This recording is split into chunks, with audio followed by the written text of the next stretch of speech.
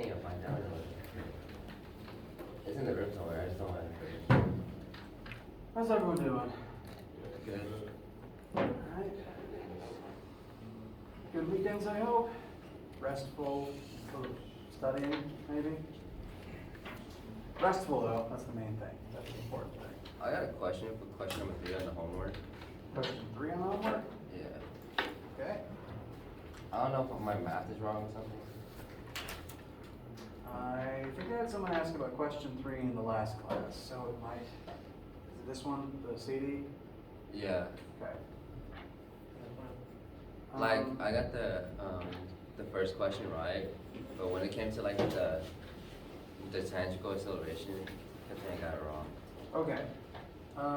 First, small announcement. Small thing about this question, everybody. This is homework question 3, chapter 4, homework question 3, and the first part of it asks for the angular acceleration of a CD-ROM as it is slowing down. Since it's slowing down, logically you'd probably get a negative number out of your formula. Achieve, however, asks for the magnitude of the average angular acceleration, which means it doesn't want the negative sign. So looking at my sample version, it should be a negative acceleration because it's slowing down, and yet it's wanting a positive answer. So if you were working this one and you lost points by putting in a negative number first, tell me, email me, I'll get you your points back. The second part of the question is a little bit tricky. Keeping in mind that in the first part, we would have already found angular acceleration. So alpha would now be known. We have been asked for tangential acceleration. And I've mentioned this before, but I will mention it again. Tangential, for the purposes of this class, is going to be a synonym with linear. Because a line that is tangent to the edge of this CD is a straight line, therefore it's linear in nature. And this would represent, say, if there was a speck of dust on the disk, if it flew off of the disk at this point, its velocity would point that way. So tangential acceleration means we just need to find normal lowercase a. And keeping in mind that at this particular point in the question, we would already have alpha, we want a, the most straightforward thing to do is use our translation formula to convert alpha into a. No alpha, no a, we just need our rotational radius. Now where this question decides to be tricky about this is it makes it at times hard to know what to actually plug in for radius.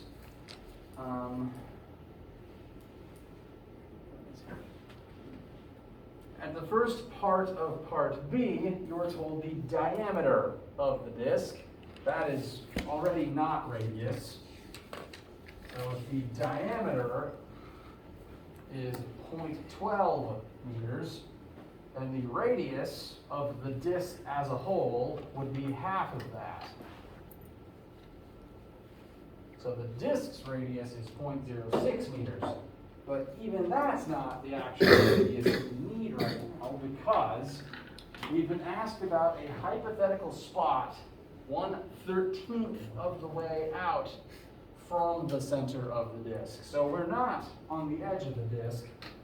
If this is the disk's center, we're like there. So not all the way on the edge, therefore we aren't at this full radius. We are at 1/13 of that radius. So I'm just going to call this R over 13.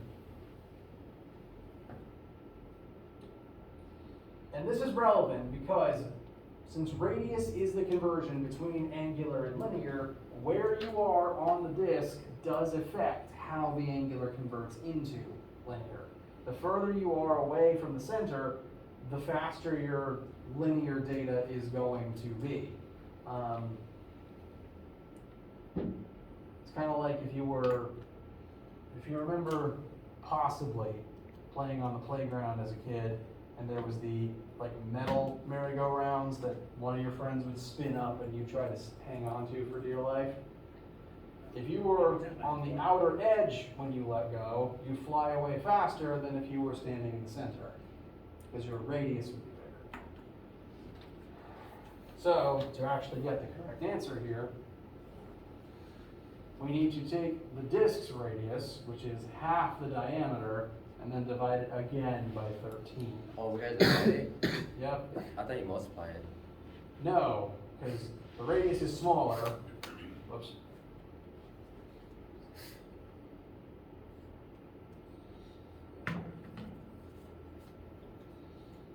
Now, using my sample numbers, the alpha from the previous question was 1990. That's where this number is coming from. What I'm plugging in for R is the disk's radius divided by 13, because that tells us the actual spot we are interested in. Because technically, it doesn't matter how big the disk is in full, we just care about that position.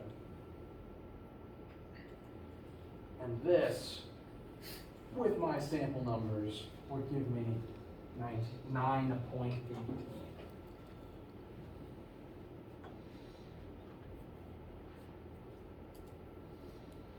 Does that help?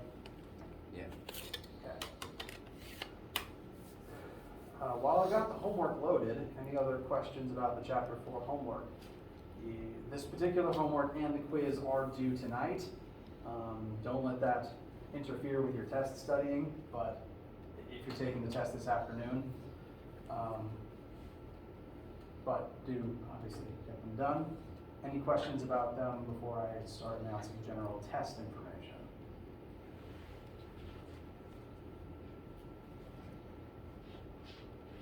All right. So, and if you recall or have a new homework-related question partway through, do interrupt me. That's more than fine. Today is Monday, March 7th, and this is the week of our first test. You will take it unless you have scheduled with me otherwise, you will take it either today, Tuesday, or Wednesday at 1:30 in the afternoon. We will be in this room, not in the lab room, just because there's more space and I can see everyone from my table. So come during lab time, but come to this room. At the start of the test, everyone will get a packet. It'll just be a self-contained stack of 5 pages with the questions on them. And the list of questions will give you space to work things out and present your answers. There will be a line that I want you to write your answers on, because it's just easier for me to find them and grade it quickly if there's a spot designated for it. And I appreciate if you put your answer there so I don't have to go searching for it. There's 10 questions total, and across those 10 questions is spread 110 points that you can earn. Each question does tell you how many points it is worth, so if you're getting stuck on a low point value question, you can use that as justification to say move on to a higher point value question and make sure you have an answer for that one. Each question will tell you the number of points. There's 110 total. I graded out of 100. So the highest grade is 110% if you get every single point on the test. I do it this way so that there isn't necessarily one dedicated bonus question, so that, if you just didn't happen to know what the bonus question was, it doesn't shorten you on the chance of getting extra points. So you kind of make your own bonus question, and whichever one you just go above and beyond on. Across the 10 questions, there's one question that's entirely concept-based. There's one question that's very low numbers based. And then there's the rest of them primarily are math questions, but with a couple of concept questions sprinkled in the multi-parters. Of the 10 questions, I'll go ahead and let you know, the last one is both the hardest and the highest point value. So if of all questions, the one you get stuck on is the last one, don't panic. That's by design. It's meant to be the tricky one. That's why it's worth the most extra points. During the test, one, you will be encouraged to have both the calculator and your formula sheet. If you already have your own copy that you have been like writing things in the margins of, that's great, bring it. I'd like to look at it first to make sure that you haven't like secretly written down predictions from the future about what the test answers should be on it, but have your formula sheet, please, I'm begging you. If you don't have your own copy, I encourage you to either print one off before the test, or I'll try to have some extras at the front of the room as well. That formula sheet is, there's two places you can find it on our Brightspace page. One is in the test tab itself. There's a copy of the formula sheet here. There's only one page because this is all the stuff that you need only for test one. If you want to go ahead and run off a sheet for the entire class, like that would include stuff from the next test and stuff from the final exam, that full formula sheet, which is 3 pages worth, is in the first Introductions and Resources tab, and it's the full final exam formula sheet. You're also welcome to grab that one. And this is the one that I'll have some extra copies of from the room. Do please bring yours. I just have them just in case.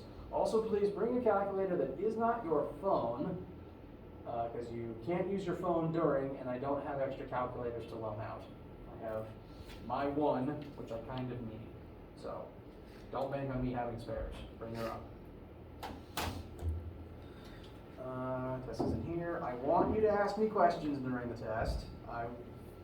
Physically, if you get my attention, I will come to you, either I will come to you or you come to me at the front of the room, and I want you to ask me when you are stumped, okay?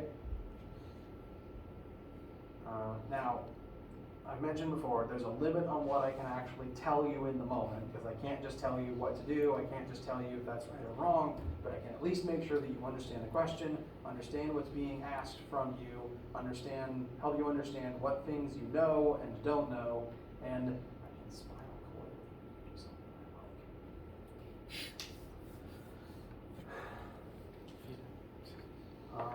test is designed to take about an hour to take. You can stick around as long as you need to, though. There is no timer. An hour passes and you're allowed to keep working. If you have the time I honestly find that if people are given enough time after an hour or so, they just naturally hit the end of what they're capable of doing, and you tend to feel better about it if you hit that point on your own instead of being told time's up. If you have academic accommodations, please let me know. I want to make sure you have what you need, but I need to know about them beforehand. And leave nothing blank. It is the only guaranteed way to fail. It hurts my soul when I get a test back and a question is either blank or all you wrote is I don't know when you didn't ask me about it first. It wounds me inside. A part of me shrivels up every single time. It's not fun for either of us because it's the only guaranteed way that you get 0 points for a question. Literally anything you can write. You can list variables that are given to you. Literally just write, A equals number, B, T equals number in the sidebar. That's worth points. Writing down relevant formulas is worth points. Doing any amount of algebra to those formulas is worth points. Drawing a picture of what's going on in the question is worth points. Getting the final answer is like the last part, honestly. You can get 95% of credit and never have a completed answer as long as you do all the steps prior to that. You can literally get every answer wrong because of like just small math mistakes and still get an A on my tests. Leave nothing blank, please. Ask me about it. I want to help you get your process kick-started. Leaving blanks the only guaranteed way to fail. That said, I am honestly not expecting anyone to fail. I have written this test specifically such that, and with help from other professors who are writing the same tests for far longer than I have, they've done a lot of work calibrating these for the difficulty this class needs to be. I've done work calibrating it for the difficulty this class needs to be. The average on my tests is pretty much always B, C. The average is B, sometimes C. I'm honestly expecting everyone to literally do fine on this. I am informing you, please don't panic. If you get stumped, you're allowed to take a break, you're allowed to get some water, you're allowed to feel your feelings, but I want you to talk to me about it, and then I want you to keep trying. Okay, I think I'm off with my soapbox now. It's in this room. That is the main thing I've been asked all day. I'm probably just going over the same points repeatedly at this particular point in time. So questions, concerns from you guys before I start bringing up some other things to know from the test review stuff.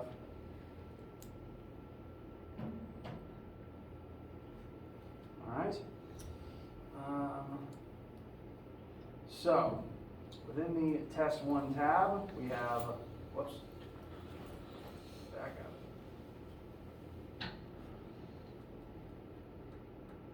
Within the test 1 tab, we have the list of topics present.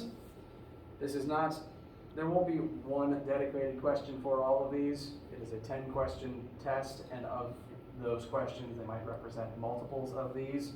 For example, conversions, metric scale, scalars versus vectors is used in literally everything we've done since the start of the class. So these are just reminders of things to make sure that you are familiar with.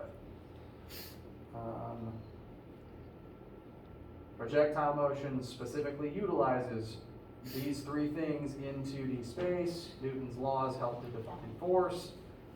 Energy is a part of work and power. Collisions use momentum and impulse.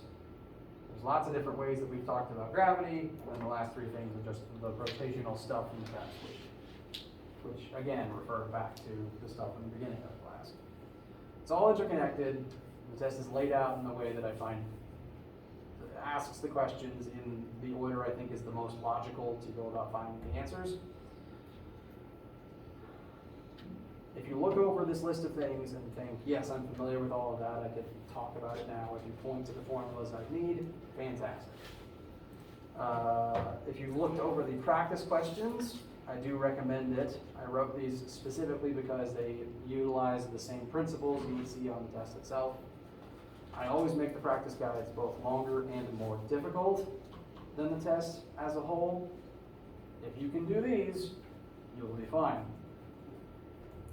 Some things I definitely want to point out, looking over this. Big tip from the first page. Two-dimensional motion. Question 2 on the sample questions is specifically someone is hiking in all directions. You need to keep straight what's going on in what axis to find the final 2D displacement. Question 3 is a projectile motion question. Driving a remote control car off the cliff, tracking projectile motion of the object through the air. Also 2-dimensional, be able to keep your axes distinct and separate from one another.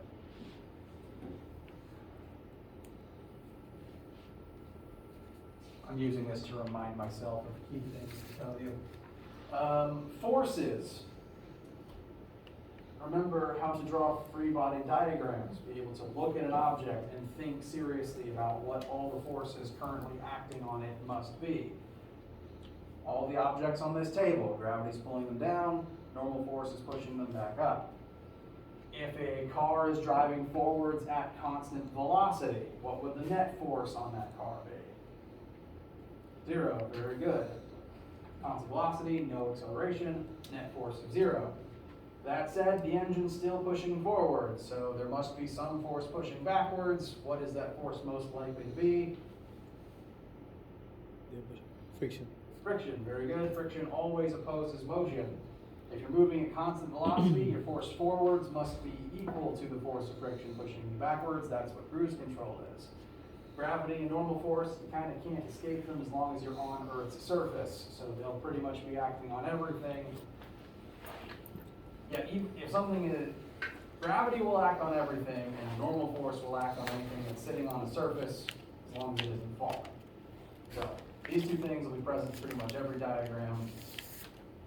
Keep these types of images in your head, be able to think critically about what forces must be present on something. Those forces then go on to inform things like acceleration and work and power. Be able to look over your formula sheet for those things and know what the formulas are and when to use them. That's a centripetal question, rotational stuff from last week. Be able to keep the differentiation between kinetic and gravitational potential energies. They will both be present on the test itself, know the difference between them, be able to understand how one can transform into the other as an object rises or falls. Collisions. Keep in mind what a collision is. Two objects physically interact, there's an exchange of momentum, there's an exchange of kinetic energy, and what happens next depends on what type of collision you have. Elastically, they bounce off of each other. They maintain momentum and kinetic energy. Inelastically, they stick together and they only maintain momentum. Be able to remember the difference. I will tell you on the test, here's a collision. It is this type. You then have to use that to inform your math. So be able to tell the difference, keep them memorized in your head. Impulse and momentum. Impulse is simply change in momentum. It's a fancy word that just refers back to momentum itself. And last page of the practice guide was just concept questions. Of them, you should always know Newton's Newton's laws of motion. Very important. We'll refer back to them constantly. I'd say one more big one, because it's tradition to ask this type of question. If I ask you how to find the weight of an object, there are only ever two acceptable answers. Both are completely acceptable. What are they? What are the two ways to find the weight of an object? Mass times gravity. Mass times gravity, very good. That's the easy way. What's the more difficult way?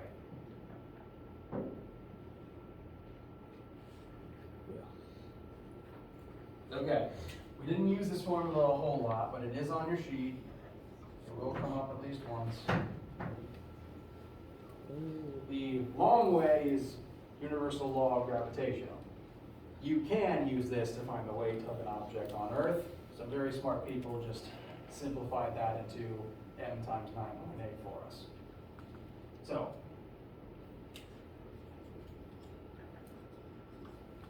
if I ask you how to find the weight of an object, these are both acceptable answers.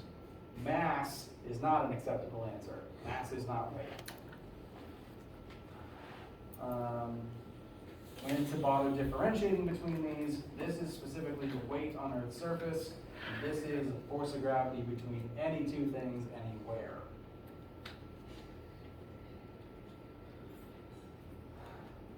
Questions, thoughts, needs, opinions, etc.?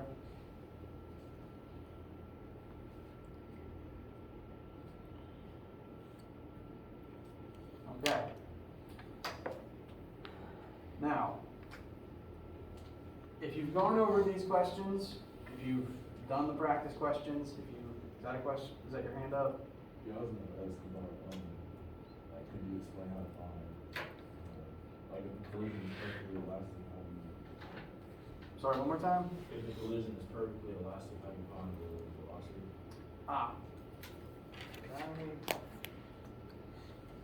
Okay, so if collision is perfectly elastic, that tells us that both momentum and kinetic energy are perfectly maintained in that collision. Whatever is present at the beginning must carry through to the end. That means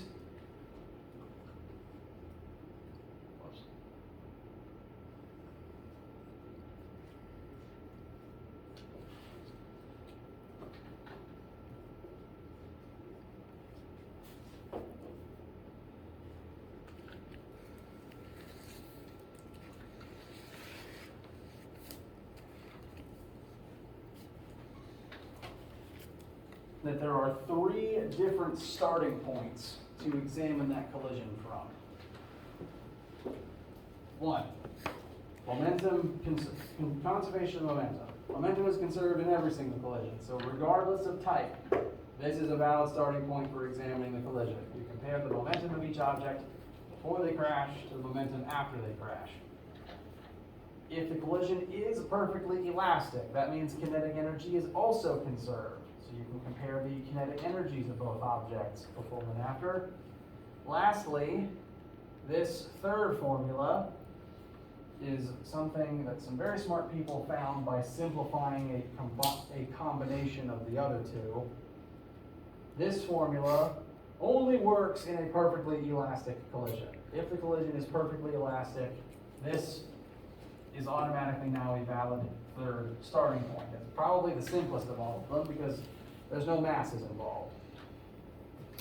Depending on how many objects are present, these two other versions can get kind of complicated. This one has a maximum of 4 terms. Odds are a few of them might equal 0 even, so this tends to be the simplest option. And if you were, say, looking at one of these sample questions that says the collision is perfectly elastic, you would compare the starting values to the hypothetical endpoints. I will admit, since I always make the guides more difficult, this question specifically is on the long side for calculating specifically. Sorry, let me rewind. I wasn't saying that super well. Elastic collisions have the potential to be a pain to calculate, depending on if you know any of the final velocities. In this question, since we know neither object's final velocity, working it elastically becomes a big pain. In fact, it becomes impossible to work using only one of those starting points by itself. So, working this one to completion for the elastic version is actually pretty involved.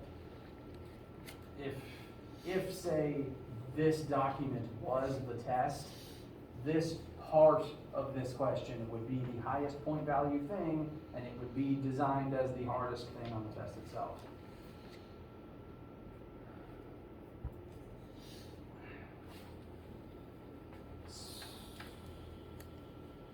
Finding my words, excuse me.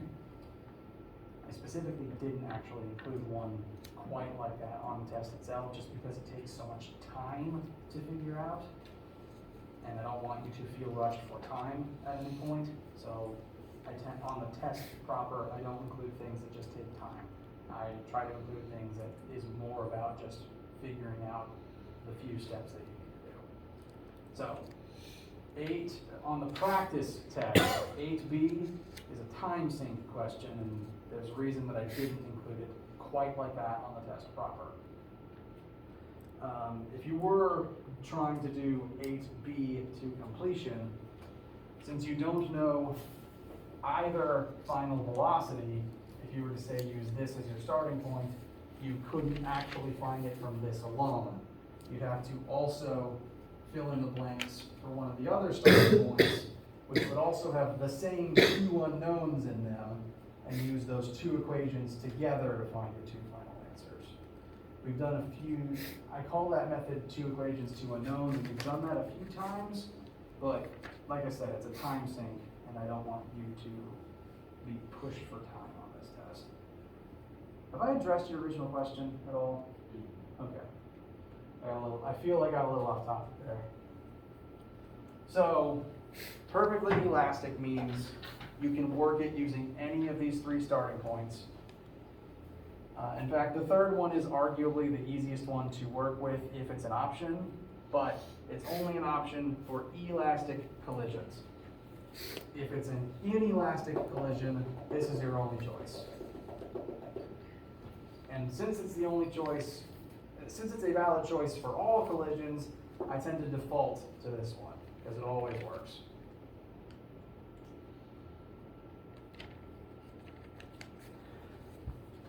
Anything else?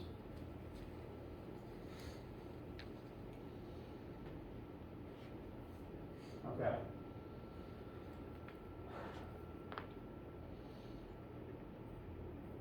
this particular point, I don't want to necessarily start teaching anything new because you're all gonna start taking the test soon. So, if you don't have any more questions, either as a group or even individually, send another question or just a yawn, that's okay. If you don't have anything else that you want to specifically go over, then we can actually probably call it here for now, because I'd rather give you the free time to study as you need to, possibly nap. If you do have questions, or if you say have a formula sheet with modifications you'd like to go ahead and show me, now's a good time for that. If you want to stick around and talk about something that you just don't want to do in front of the group, that's fine. If I don't see you again today for any reason, have a wonderful day. You're all going to be fine on this test. I believe in you, and I'll be with you every step of the way.